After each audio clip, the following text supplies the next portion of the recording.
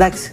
Άρρωστο είναι με το θηροειδή, βγαίνουν λένε η Δημητρίου τελείωσε. Έχασε τη φωνή της, δεν έχει ζωή, σε μια κλωστή κρέμεται η ζωή. Τι είναι αυτά ρε παιδιά? Τι είναι αυτά ρε παιδιά δηλαδή, τι είναι αυτό το πράγμα? Εμένα και την Άννα τη Δύση τελευταία μας έχουν κάνει κούμπο, ας πούμε, έτσι. Τη γυναίκα τη δείξανε μέχρι τις κοιλώτες της, ας πούμε, τις βγάλανε στη δημοπρασία. Έλεος πια δηλαδή. Δεν σεβόμαστε τίποτα. Τίποτα, τα ισοπεδώνουμε όλα.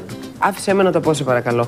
Ακόμα και αν δεν ξέρουμε καλά συντακτικό, ακόμα και δεν ξέρουμε ορθογραφία, δεν έχουμε τελειώσει το Cambridge. Δεν είσαι μια γυναίκα που έχει πει ποτέ ότι εγώ πήγα στα πανεπιστήμια. Και να σου πω κάτι, είναι άδικο.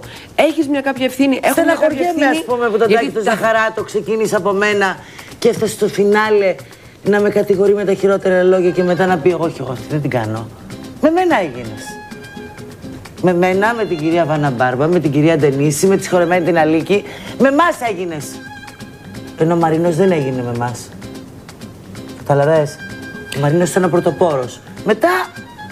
Μήπως τον πείραξε που του έκανες μήνυση? Δεν έπρεπε να το κάνω. Τι δουλειά έχει μέσα σε ένα σόου να βγαίνει και να με λέει αμόρφωτη? Ότι εγώ βρίζω το μαέστρο, αντέ αυτά σου... Μα και διάφορα άλλα. Και πιάνω τον Παπαζόγλου και του λέω να σου πω κάτι. Στο μικρό το Διογέννη. Ναι. Πες του να το σταματήσει αυτό το πράγμα.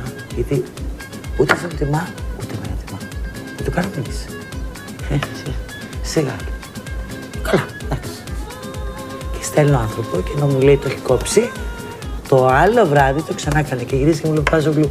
Συγγνώμη, Χρυσό μου, λέει, το ζητάει ο κόσμος. Άλλο, ναι. Εντάξει. Κι εγώ έστειλα μια ωραία μισούλα και βγάζει μετά. Και λέει στα. Δηλαδή, ρετάκι, παίζεις και να σου πω κάτι, ο Θεός τιμωρεί.